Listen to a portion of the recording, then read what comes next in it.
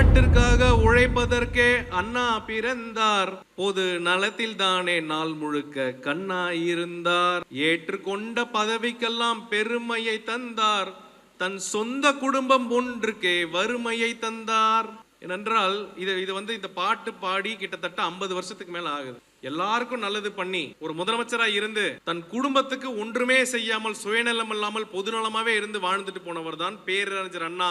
இதற்கு காரணம் முதலியார்கள் நேர்மையானவர்கள், அடுத்தவன் காசுக்கு ஆசைப்பட மாட்டாங்க, கொடுத்து கொடுத்து சிவந்த கரங்கள், முதலியார்கள் திருட மாட்டார்கள், பொய் சொல்ல மாட்டார்கள். பசியா இருந்தா கூட அடுத்தவன் ஒரு முதலியார் ஜம்பன் ஒன்று இருக்குல்ல, சாப்பிடுப்பான்னு ஒரு 10 ரூபாய் டிப்ஸ் கூட போடுமே கண்டி, அடுத்தவன் வயிற்றுல வச்சு இந்த சமுதாயத்துக்கு பழக்கமே கிடையாது. அதனாலதான் இன்னும் இந்த சமுதாயம் 30 வருஷம் மாநாடு நடக்காம கூட இவ்வளவு கூட்டம் வருது.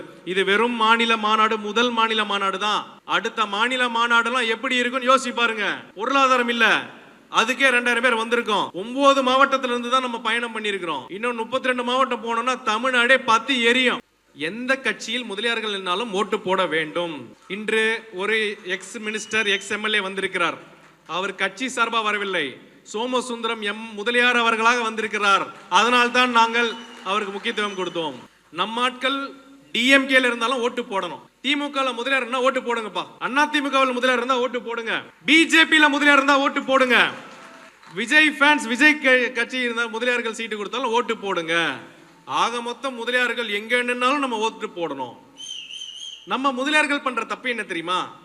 நான் கருணாநிதி அவர் கலைஞர் காலத்துல இருந்து அண்ணா காலத்துல இருந்து நான் திமுக, இந்த விரல் சூரியனை தவிர போட்டதே கிடையாது. இந்த விரல் எம்ஜிஆர் கட்சி, இலை கட்சி, எம்ஜிஆர் தவிர இந்த இலைக்கு தவிர இந்த விரல் எங்கேயுமே போட்டதே கிடையாது. முதல்ல தயவு செய்து இந்த மனப்பான்மையை மாத்துங்க. மற்ற சமுதாயம், மற்ற ஜாதி எல்லாம் ஜாதியை பார்த்து ஓட்டு போடுறாங்க. முதலியார்கள் நீங்க என்ன பண்றீங்க? கட்சியை பார்த்து ஓட்டு போட்டு வீணா போய் கொண்டிருக்கிறோம். இனிமேல் நான் சொல்றது அப்படியே திரும்ப சொல்லுங்க. முதலியார்கள் ஓட்டு முதலியாருக்கே, முதலியார்கள் ஓட்டு முதலியாருக்கே.